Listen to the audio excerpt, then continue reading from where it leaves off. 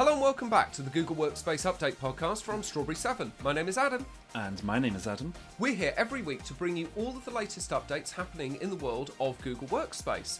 This podcast is available in audio format from wherever you cast your pods and also in video format on our YouTube channel, youtube.com/strawberry7. Coming up on the show today. We've got 8 updates for you today, and I've had a little sneak peek, and these are really, really nice updates. So we've got updates to Connected Sheets, Google Docs, Sheets, Slides and Drawings all together in one update, Google Drive, AppScript, Google Meet, Google Docs, Google Meet, and finally Google Meet again, so quite a meet-heavy update. So as always, there is a link in the podcast or video description to the document that we read from. This document contains some more detailed information, some relevant links, some moving graphics, and some lovely pictures showing you these features in more action. So let's get to it. On with the show.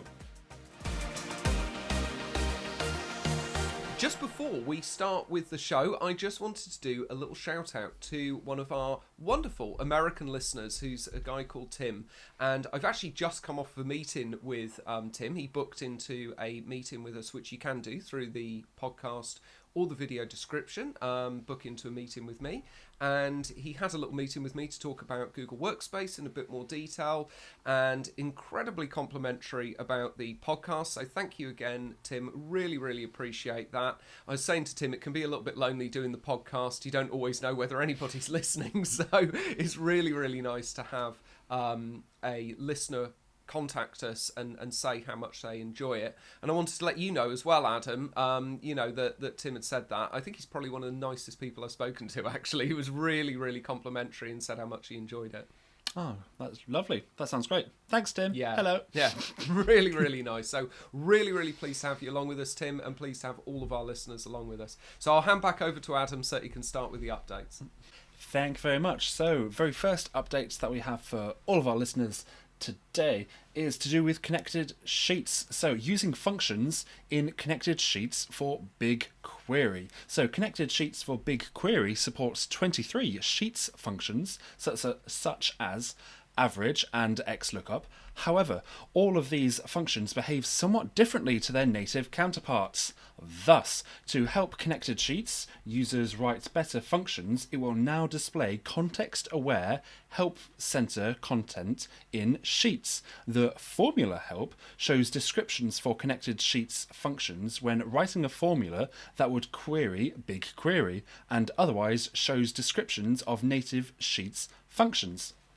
This is a really cool update. I mean, we've said before, we don't use BigQuery, we don't use Connected Sheets because we're just not dealing with, data on that sort of scale for either ourselves or our customers.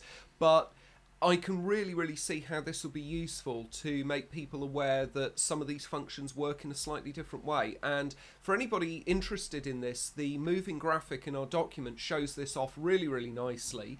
I always love context-aware menu features. It's so sort of specific to what you're looking for rather than just a general help lookup, or the worst, you open up the help and it takes you to just the index, right? It doesn't even sort of relate to what you're looking at. So context-aware help is really, really nice. For anybody not able to access the moving graphic or wants to know kind of what this is like, what they've done is they've gone into a sheet, they've typed in equals XLOOKUP and then some various data. Next to the formula is a little question mark. You click on that, a little box comes up, which gives you a general idea of how to use the XLOOKUP function. And there's an arrow that you can click on, and then that kind of gives you a lot more information in there with examples and what it's about and how that all works. So I think this is really nice, Adam. Yes, absolutely. Great update. So I'm pretty sure this feature is already... I know we're talking about Connected Sheets, but I think just in Google Sheets, this feature is already there. And I've used that quite a few times myself when typing in some formula. Then if I'm not 100% sure if I'm actually using the right formula or not, it will give you some examples and or even some suggestions as to what you're trying to do with your formula to almost do half the work for you, really. And it's been super, super helpful just trying to get the results that I want. So very, very handy. And just as you said, the moving graphic that we have with this just clearly shows this very nicely. Yeah, I completely agree. It's really, really nice. Thanks, Adam. I think is this available to everybody? Is that right? So this is available right now to all Google Workspace customers as well as users with a personal Google account. I've also added a lovely link in our document if anybody would like to learn more about the XLOOKUP function. That's great. Thank you. I know the XLOOKUP function is really powerful. I've used it loads myself. Thank you, Adam. What have we got next, please? Up next, introducing drop-down options on the sharing button in Google Docs, Sheets, Slides and Drawings. So I'm having a little bit of deja vu. Did we not have this update just last week, but with Docs, Sheets and Slides? But now I think they've expanded it to Drawings. Maybe I'm imagining that. Maybe I'm not. I think it was a similar one, not quite this one. I don't think I've seen this exact one before, but I have seen this on our Google Docs, Sheets and Slides. I've seen this feature, so I'll let you explain it. So Google is adding a new feature that ensures a seamless sharing experience across Workspace. In Google Docs, Sheets, Slides and Drawings, you will now see a drop-down on the Share button that surfaces quick actions, such as pending access requests and the copy link option. Really love this update. This is really great. And I've actually because we're on rapid release, I've sort of seen this a little bit before we're actually talking about it here. And I haven't used the arrow yet. I saw the arrow, but I didn't click on it because I thought, I'll look at that later. But now that I see what's on the arrow, the fact which is shown here in the graphic, the fact that you can click the arrow next to the share button, you've got direct access to copy link. Love that. That's amazing because it was a bit of a faff to go share, open the box, then have to copy. I think that is the bit that I'll use all the time because I do use links to documents and things all the time. So that's the key nugget for me. Yeah, I agree. Yeah, same. I'm going to use that loads. I use that all the time as well. So that's brilliant. Love that. Underneath that, in the same sort of context menu where you click the arrow, it tells you who it's shared to, which is wonderful as well. That's really useful. We're getting ever so close, Adam, to that update that I want, where we can just see all of the files that are shared to like anybody with the link. So I really love that. That's really cool. And the other one that it's talking about here, which I've experienced but isn't really in the graphic here, funnily enough, I experienced the other day where somebody requested access to a document. Now, Google have it so that it emails you and you can very easily grant access from within the document. We've had a few updates about that to make that easier recently as well. Yeah, and you can very easily do it from the email. Sorry, not the document, but you can very easily grant access from the email, which is brilliant. That is really cool. But what I wanted to do was grant access, but with a different level. They'd requested like editor access, and I wanted to give them viewer. So how presumptuous of them! I know, right? Let's just start with viewer. Let's not go crazy, right? I sort of said, okay, let's go to the document. And when I went to the document, right there there was like a banner at the top saying somebody's requesting access to this document. I could click on it. Right in there, it was saying, okay, they've requested editor access. I could change it to viewer. It was really easy to do, so seamless. And Google are so good at doing, as you've said before, Adam, these quality of life updates. Just make things a bit easier, you know? Absolutely, because isn't that all we want from an update? Yeah. Well, yeah. Well, maybe we do like a bit of new content every now and then. However, beyond that, all we want is to make life easier for everybody. I completely agree. And you know, making technology just that little bit easier, making people's day-to-day lives a little bit easier. It's kind of like when they introduced the home part of Google Chat that we talked about, I think, in the previous update or the one before.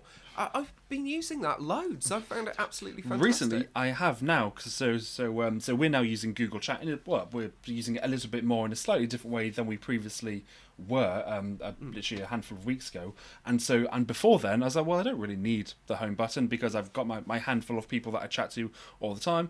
It's fine. Whereas now we're communicating with different people in different ways throughout Google Chat, and then having the home button or the home option, the home menu really there has actually been really helpful. So yes, I completely agree with that. I have changed my mind slightly. Yeah, I agree with you. It has become really much more helpful. As you said, we've started basically using Google Chat with one one of our suppliers, and it's made it a lot easier to sort of filter out those conversations. I tell you the other thing as well, and I must be mistaken, because I don't remember us talking about this in one of the previous podcasts in the updates when we were talking about this, but it's the summary of the conversation that you now get in Google Chat. So I've used that loads, like where we've been using it with. We did talk about it.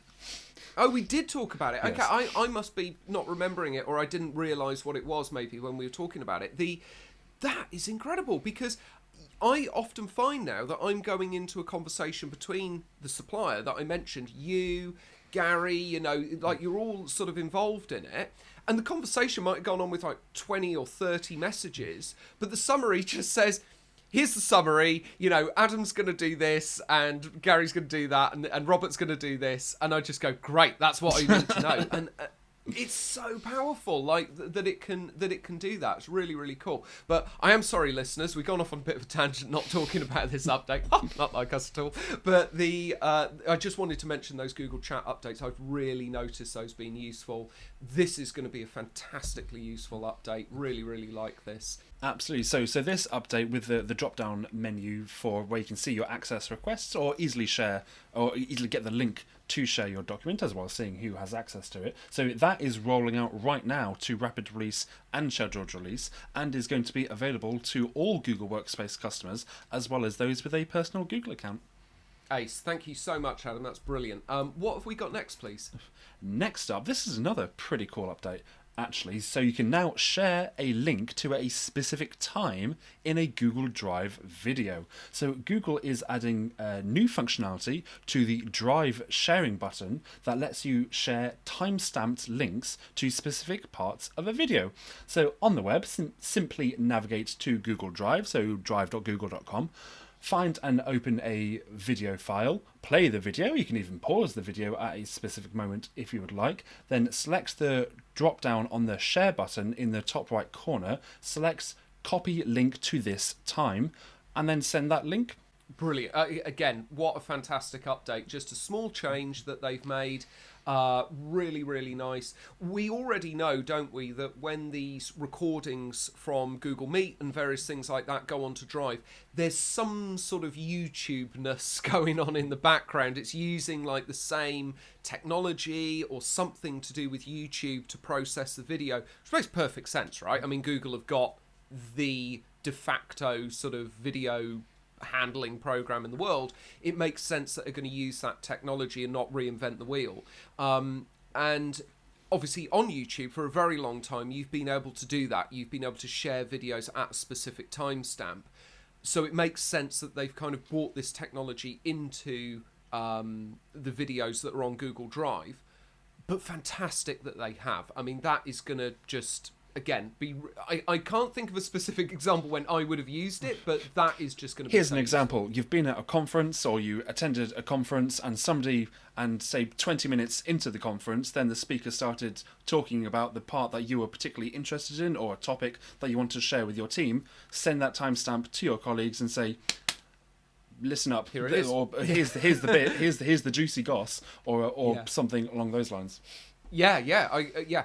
Fantastic example, Adam. Yeah, I completely agree with you. Because you could do that for multiple points. Again, just like the timestamps work in YouTube, if they're talking about 5 different key things on said conference or meeting or whatever, you could have the 5 different links to, here's when he's talking about this, here's when they're talking about that, and so then people can access what they need to access instead of filtering through the entire, if it was an hour-long video or however long, instead of having to sift through all of it, spending 10 minutes just to find the moment that they're actually interested in.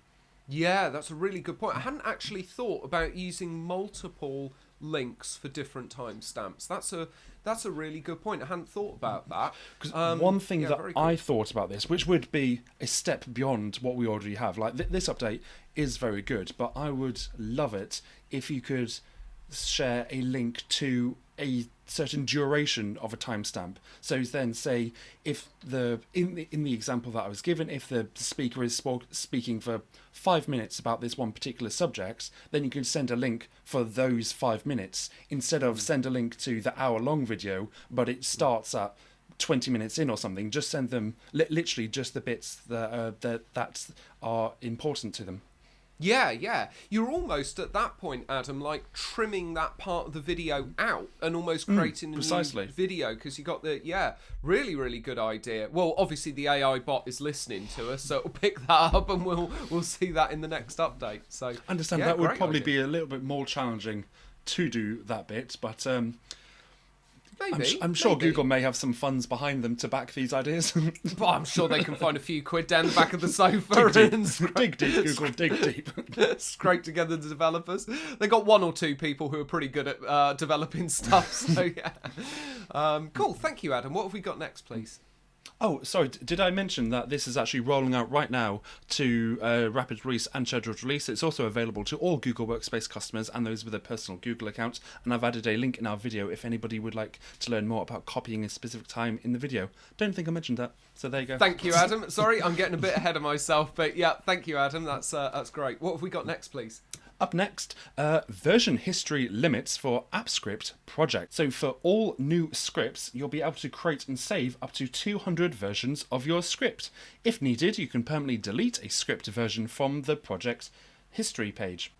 Again, this is great. Not something that we use. We don't use AppScript, but this reminded me when I read this of the previous versions in Google Docs, Sheets and Slides, where you can just go back to Love all that different feature. versions. Yeah, exactly. And I thought, I don't use AppScript, but this is going to be a similar thing, and this will be so useful. And I think in some ways, possibly even more useful, because I imagine if you're writing scripts and things like that, you sometimes do want to go back to that previous point and go, if you accidentally put a few bugs in whilst you're doing the debugging. Exactly. Yeah, like how did I put that in? What was it like a week ago? Because it worked then, and how has this changed? So I really, really like this. I hope that the interface for this is as nice as the previous versions when you go into Docs, and it kind of highlights changes for you and color codes them and things like that, especially if you're collaborating on a script as well. So yeah, really, really like this. I think this is nice. It's a sweet little update. It basically it does what it says on the tin. You can now save up to 200 versions of your script. So lovely. I actually have absolutely no idea what the limitation was before. I'm assuming it was like 5 or something, so they've dramatically didn't have it at all. increased it. Yeah, maybe it was just limitless. Yeah, I have absolutely no idea what the limit was before, but it is now 200. Yeah. I mean, that's what I mean. Maybe it did. Maybe it didn't do it at all. Maybe it didn't. Oh, I see. Just the feature just wasn't there at all. Yeah, like version history just didn't. Sorry, I thought you meant it was limitless. As only no. All the versions.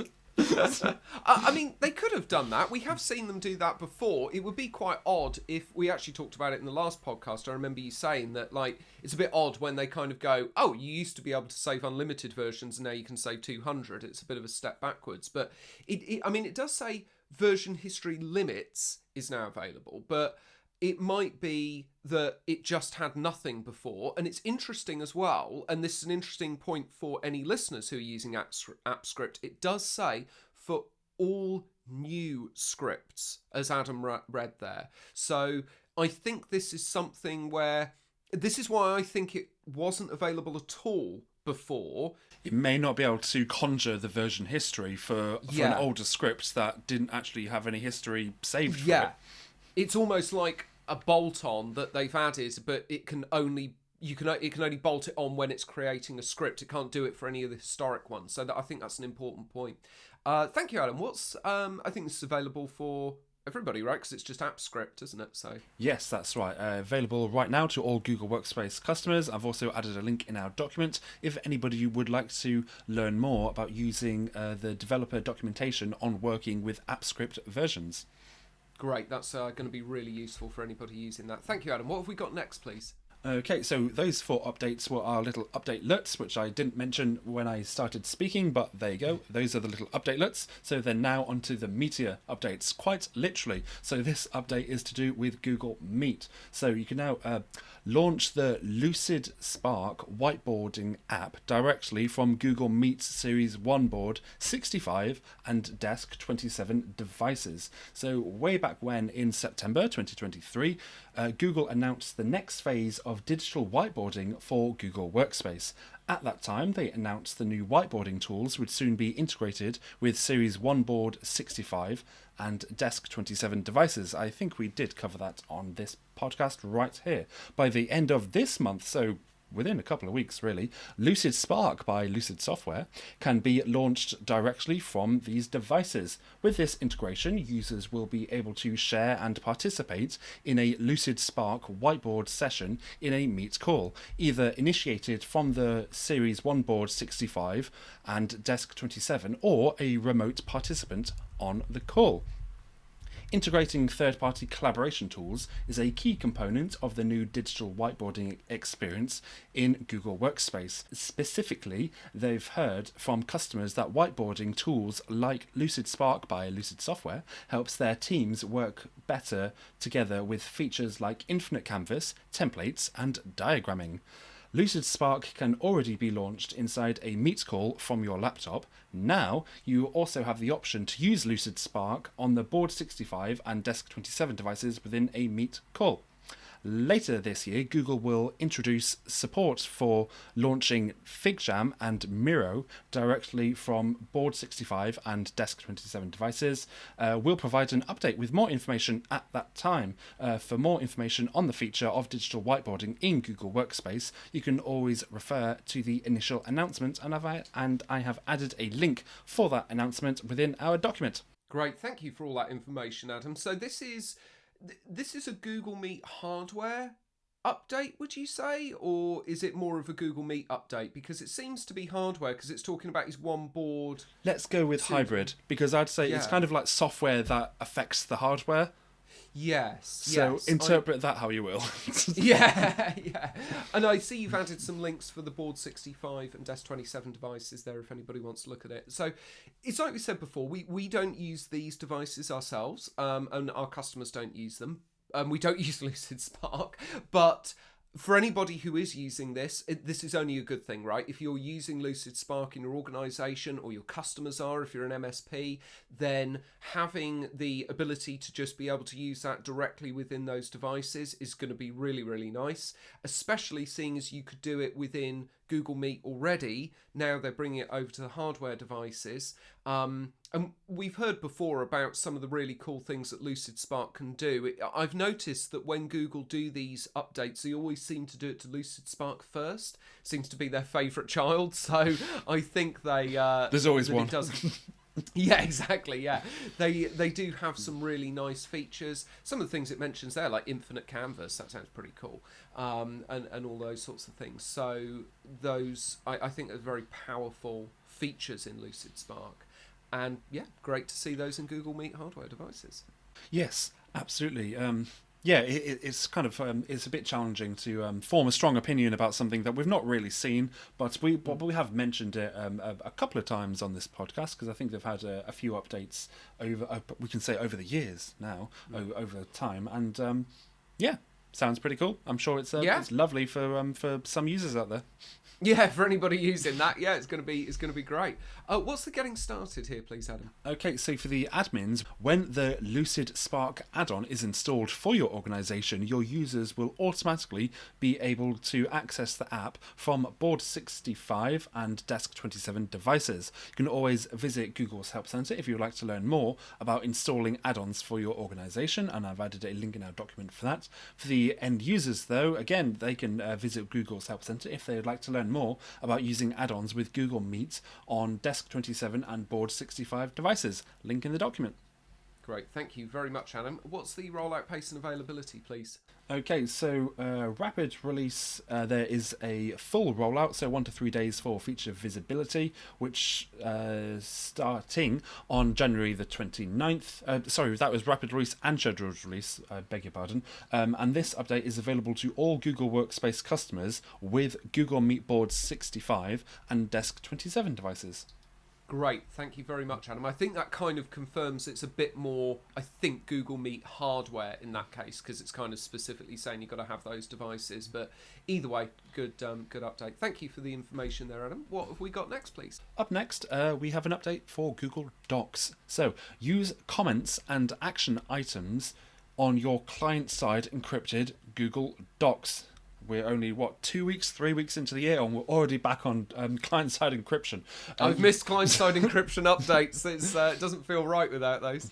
You can now collaborate with others on client-side encrypted Google Docs to add, edit, reply, filter, or delete comments. You can also assign action items to yourself or others. This added functionality helps bring parity to unencrypted docs while also ensuring your data is behind encryption keys you control, including the identity provider used to access the keys.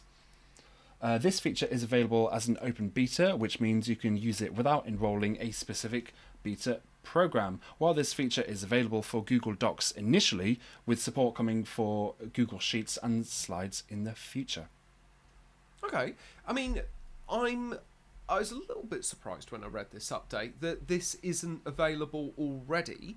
So I presume that I thought the same thing, because I was under the impression that if you've done your client-side encryption, it's just a normal doc. You have the feature or access to a standard Google Doc. You could use it in the same way as you could by adding comments and such, but then you just add a layer of encryption onto it. Because this feature has now become an update, that kind of implies that you couldn't do that before?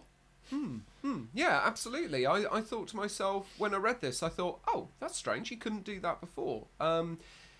Again, sorry listeners, it sounds like we don't even use Google Workspace with these updates, but we don't actually use client-side encryption ourselves.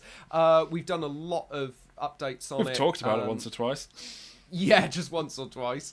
So I am a little bit confused as to why this wasn't on there before, especially seeing as these features that it's talking about, collaborating, putting in comments and actions and things, these are huge Google features. These aren't, sort of side features. These are main Google features of Google Docs. So I'm a little bit surprised it wasn't on there before.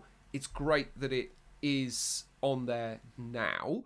I've just had a thought that maybe I definitely am just plucking this out of thin air, but one of the reasons why maybe it was not a feature before might be to do with notifications. So, for example, if somebody has commented on something, then somebody on the other end will get an email to say, this person has said this about your document, whereas if you had your client-side encryption, Google would not be able to see what comments you have put on the document to then send a notification about it. That's an interesting idea. Possibly, yeah, possibly. That could be. I did just make that up on the spot, so don't quote that just yet. Well, I've got a made-up theory as well, which is that because it's using client-side encryption, and the document is encrypted until it's accessed, maybe that was a bit of a problem with the fact that a user is de-encrypting the document and creating, for want of a better term, creating like a VPN to that document, creating like their own de-encrypted sort of connection to that document. It was difficult for Google to make a system where someone else could then access that and de-encrypt it, because it was already kind of de-encrypted, but on that secure connection to that person. So again, I'm completely making that up. I'm not a software developer. I don't understand much about Answers on a postcard with your hot theory. Yeah.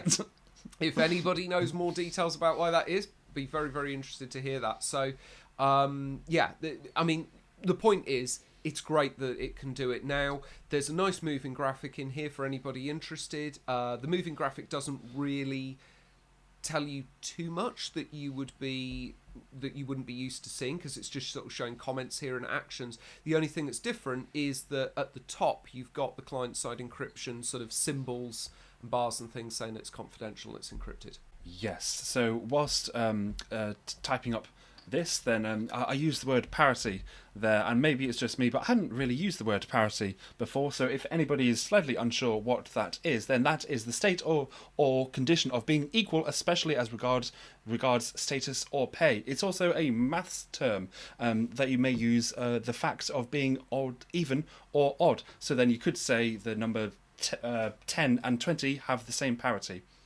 Just in case anyone was not sure about that word. I wasn't sure myself, so I looked it up.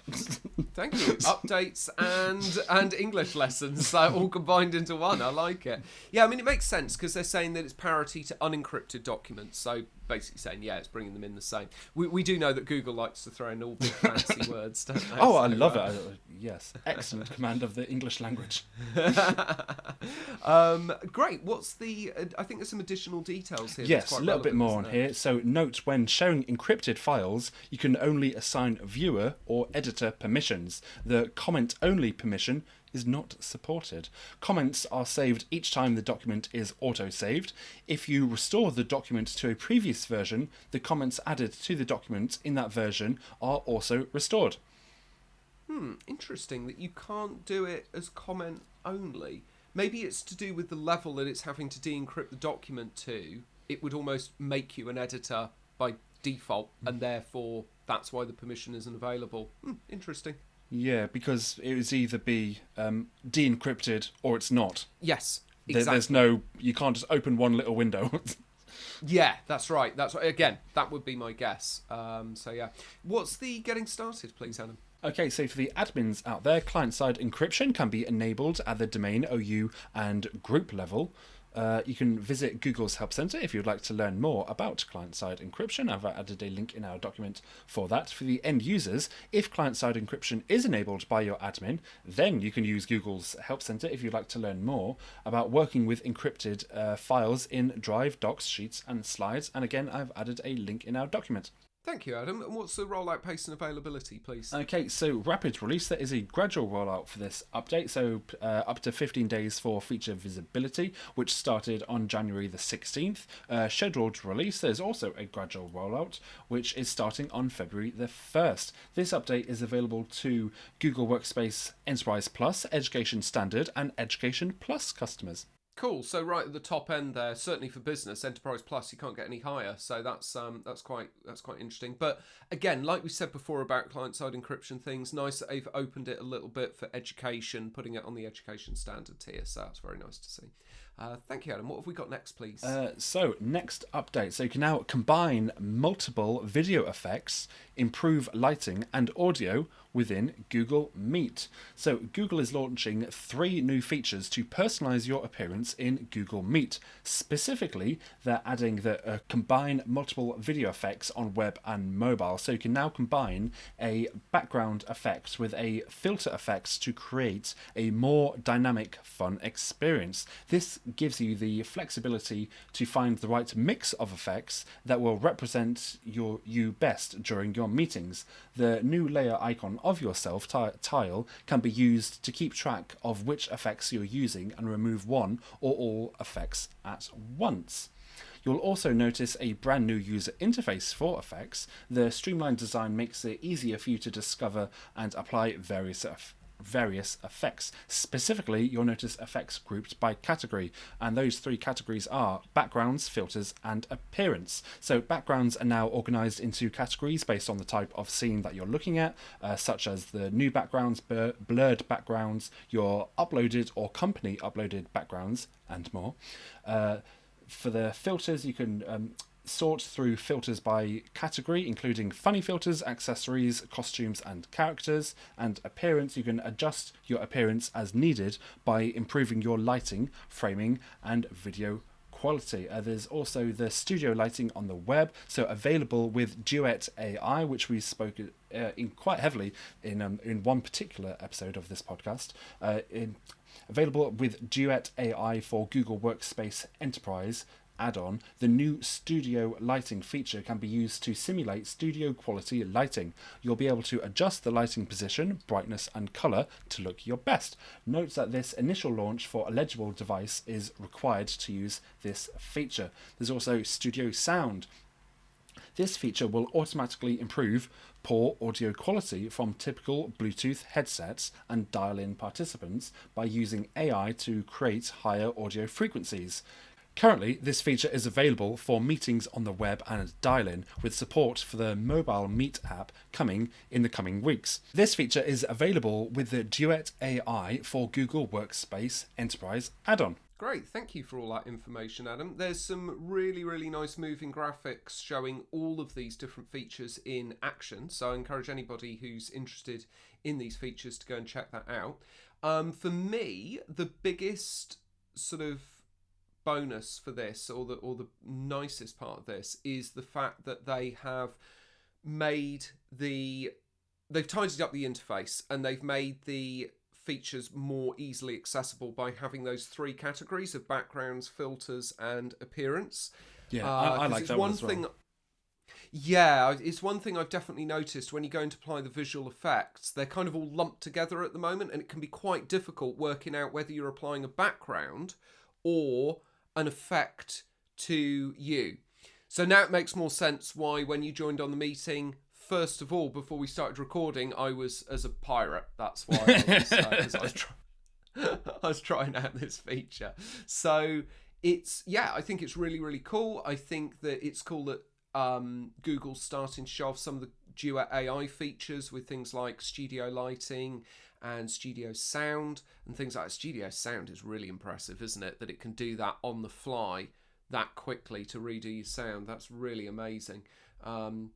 These are really, really cool features, and I think Google are doing a really, really good job with making Google Meet a real class player in terms of virtual meeting systems. We like Google Meet anyway, but just all of these updates, I see it really coming on in leaps and bounds. Yes, absolutely. I really like all of this, and in anticipation of this, I went straight. I opened up Google Meet and said, which new features do I have available? And we don't yet, because we don't use because we're not using the Duet AI for various things. And so I was just like, yes, this is going to be amazing. But then not available to us just at this current time. But I really like everything that this update is giving. I particularly like the ability to apply multiple things at once, not to get too carried away, which I'm sure is quite easily done. But say if you're just to quickly tweak the lighting, tweak the sound, and just maybe just a quick touch up of your face as well, just something soft here and there, then I think overall can dramatically improve the quality of your video on and sound actually on Google Meet. So I do like this update. It's good. Yeah, and just to be clear, the kind of tidying up of the categories is going to be available for everybody, right? Oh, yes, AI customers, But I think I was having a little look down at the availability, and I think that's why we haven't seen it yet, because it's going to be a little bit of just maybe a little bit before we see this, because it's a bit of a gradual rollout. But I'll let you get to that. So what's the getting started on this, please? Okay, so for the admins out there, existing admin controls still apply. You can visit Google's Help Center if you'd like to learn more about allowing users to apply backgrounds and special effects. Link in our document for that. For the end users, again, you can visit Google's Help Center if you'd like to learn more about combining effects and studio lighting. Links in our document for that. Studio sound is automatically active for dial-in and web when noise cancellation is enabled. Lovely. Oh, okay, that's interesting. That's an interesting little thing they've put in there. What's the rollout pace here, please? Okay, so there's quite a bit to take in for the rollout for this. So combining multiple video effects, so the web availability, rapid release, there's a gradual rollout which started on January the 17th, scheduled release, gradual rollout which is starting on January the 29th, mobile availability, rapid release, full rollout 1 to 3 days, started on January the 16th, 2024 for iOS and Android, lovely, scheduled release for Android, gradual rollout which started on January the 17th for iOS devices, gradual rollout which also started on the January the 17th. The studio lighting aspects of this update, so the web availability, rapid release, there's a gradual rollout which started on January the 17th. There's a bit of a trend going on here. Scheduled release, gradual rollout which is starting on January the 29th. For the studio sound, dial-in availability is available right now, love to see it. Web availability, rapid release and scheduled release, full rollout is started even on January the 17th. Thank you, Adam. And I think the availability is split up a little bit as well, isn't it? Which makes sense. Yes, that's right. So the availability to combine multiple video effects is available to all users. The ability of specific video effects is based on your specific Google Workspace edition and admin policy. For studio lighting and sound, that's available for all customers with a Duet AI for Google Workspace Enterprise add-on. Link in the document for that. Note that for this initial launch, an eligible device is required to use studio lighting. Oh, okay, that's interesting. So you've got to have a particular device, but you've kindly put a link in as well to put that list up there, I presume. Thank you. Great, thank you, Adam. What's the last update that we've got this week, please? Okay, so finally from us last week, it's another Google Meet update. So you can now join meetings as a guest without a Google account on mobile devices.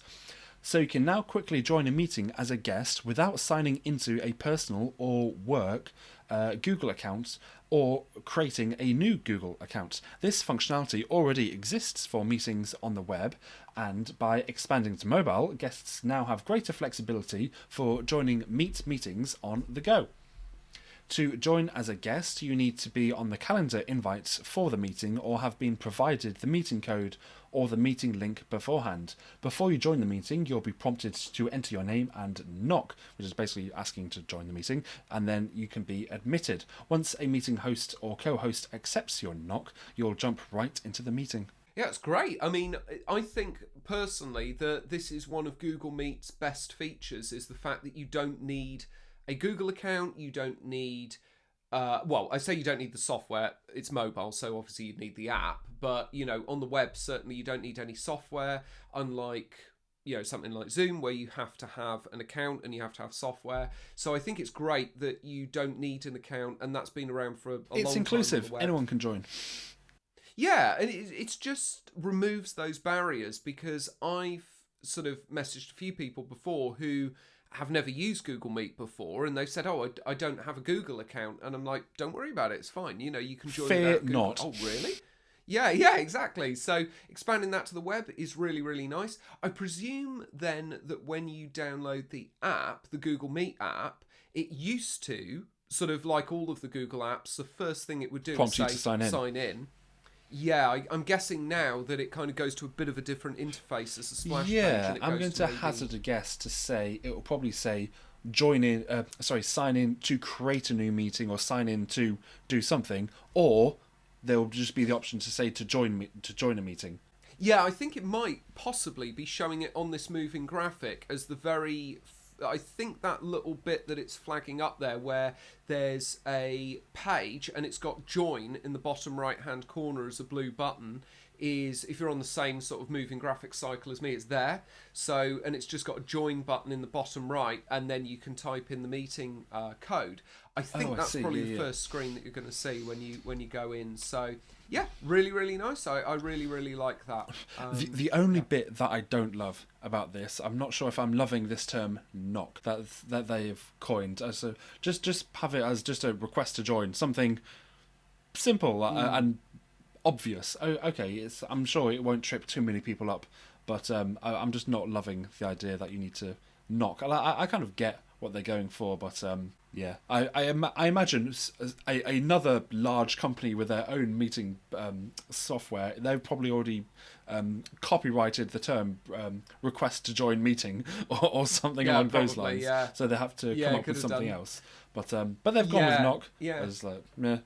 Well, like I say, Google love to put names on things, don't they? Do. I mean, they can't just have it as asked to join the meeting. Oh, no, we've got to call it knock, you know. So, please do accept my knock.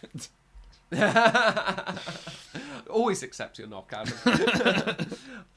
Lovely. What's the getting started here, please, okay, Adam? So for the admins out there, allowing meeting guests can be turned on or off at the domain level. You can visit Google's Help Center if you'd like to learn more about managing Meet settings. For the end users, though, you can also set your meeting access type to open, meaning anyone with a link can join your meetings, and so therefore nobody will have to knock. For the guests out there, you can visit Google's Help Center if you'd like to learn more about joining a video meeting without a Google account, and I've added a link in the document for that. Great, thank you, Adam. What's the rollout pace and availability, please? Okay, so rollouts on iOS. This is available right now. Love to see it. Android, gradual rollout, so up to 15 days is started on January the 17th. So Apple wins, and this update is going to be available to all Google Workspace customers, Google Workspace individual subscribers, and users with a personal Google account. So right across the board, love to see it. Great, that's wonderful. Thank you so much, Adam, and thank you for all of that information. And that's it, everybody. It's everything that you need to know about all of the updates happening in the world of Google Workspace. Remember that this podcast is always available in audio format from wherever you cast your pods, and also in video format on our YouTube channel, youtube.com/strawberry7. As always, thank you for joining us so much this week. And we'll be back again next week with more updates.